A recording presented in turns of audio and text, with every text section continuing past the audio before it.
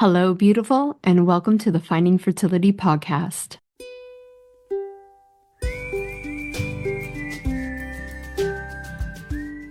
I'm Monica, your mentor in uncovering the hidden layers of your fertility journey. Together, we'll discover the right path for you within the 6 essential steps to creating the family of your dreams. We'll ditch the overwhelm, tune into your intuition, and build a vibrant foundation for your fertility. Whether it's through gut health, subconscious healing, or energetic alignment, you can unlock your body's natural power to get and stay pregnant. Your fertility journey is all about radical responsibility and deeply believing that your body is on your side. It's time to stay consistent, embrace trust, surrender, and create the transformation you deserve. Finding Fertility does not diagnose, prescribe, or treat any fertility issues. What we do is empower you to take control of your health by uncovering the root causes holding you back. Let's do this together.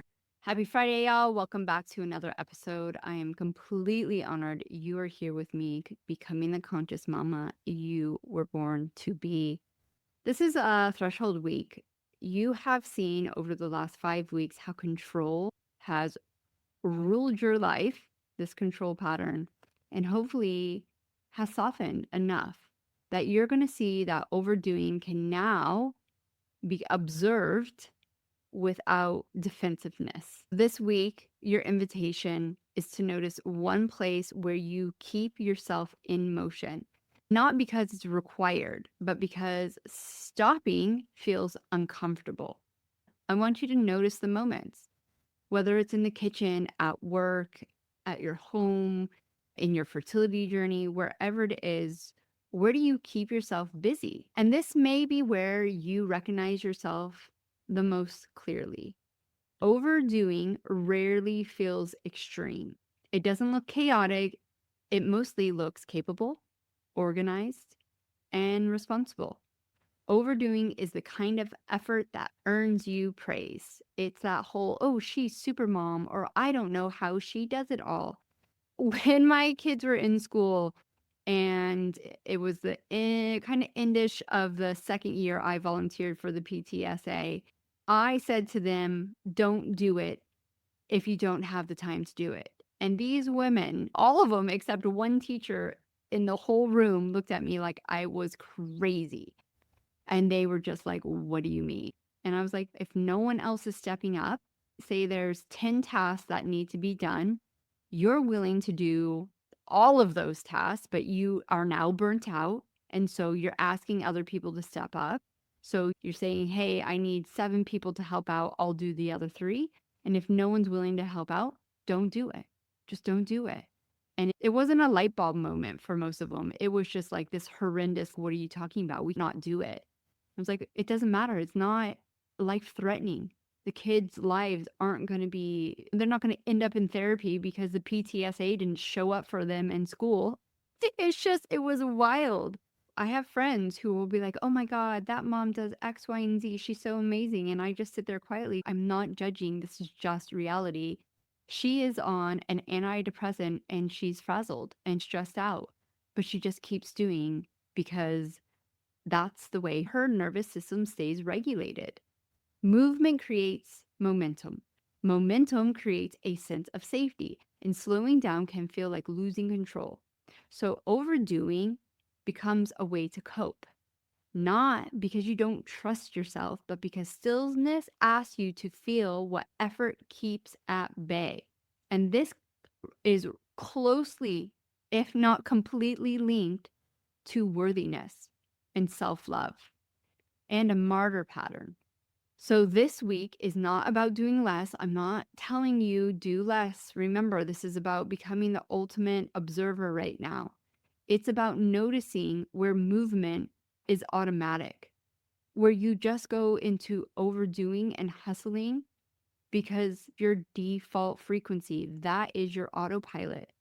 Notice the task you add when you could just pause, where you could just relax. Notice how quickly you feel the empty space. Notice how uncomfortable it feels to stop without a reason and just feel that discomfort. Or notice what your frequency, what your emotions, what your stories are running as you're doing those tasks. Not to analyze it, not to fix it, not to judge yourself, just to let your body register it and become aware. Awareness is the first step to change. And overdoing, when women tell me, like, oh, I'm just that way, absolutely not. I'm sorry, it's not a personality trait. It's not in your genetics from your mother or from your grandmother. It's a pattern you saw someone else run, and that's how it is. You just absorb that and you start running that yourself. Those patterns can start softening when you see them without judgment. So you can ask yourself, do I need to move right now? Do I need to do this? Now, it's going to piss some people off in your life, right? When you tell the PTSA, we don't need to do that, or if other parents aren't willing to give 10% to this, then zero. We're not overdoing it. I know it was a little bit unsettling for my husband, and not in a bad way, but like the old me, the house was spotless. I was controlling the whole house, the laundry, the kitchen, the pillow on the couch, right? Perfection. I can now let a laundry basket sit there for 4 days and get wrinkly. And it just doesn't frazzle my nervous system anymore because I know it will get done. I'll do it, but I'm not going to overdo it for this illusion of perfectionism and that I've got it all together. It's just not going to happen anymore. So people around you might be pissed off that you're not hosting the Christmas dinner. You're not doing the things that you used to. You're not over controlling their lives. So you can ask yourself, do I need that movement right now? That's enough for this week. Awareness, like I said, becomes the key for change, always. And as I've hinted on before, and you might know this, when we move into week 7, when you see all this overdoing, it's absolutely tied to worthiness and identity. And next week, we are going to dive into that a little bit more. Have a beautiful week of awareness, and I'll see you next Friday. Thank you once again for tuning in and becoming the conscious mama you were born to be. Remember, I wasn't some magical unicorn who stumbled into fertility success. I stayed consistent, I put in the work, and I made it happen. And guess what? You can too. Remember, this transformation happens when you stay committed to yourself. Trust your body, follow your intuition, make it possible. The links that you need are down below. And if you are still here and you absolutely love this podcast, please take some time and leave me a review and help other women like you find this podcast to get the support they need.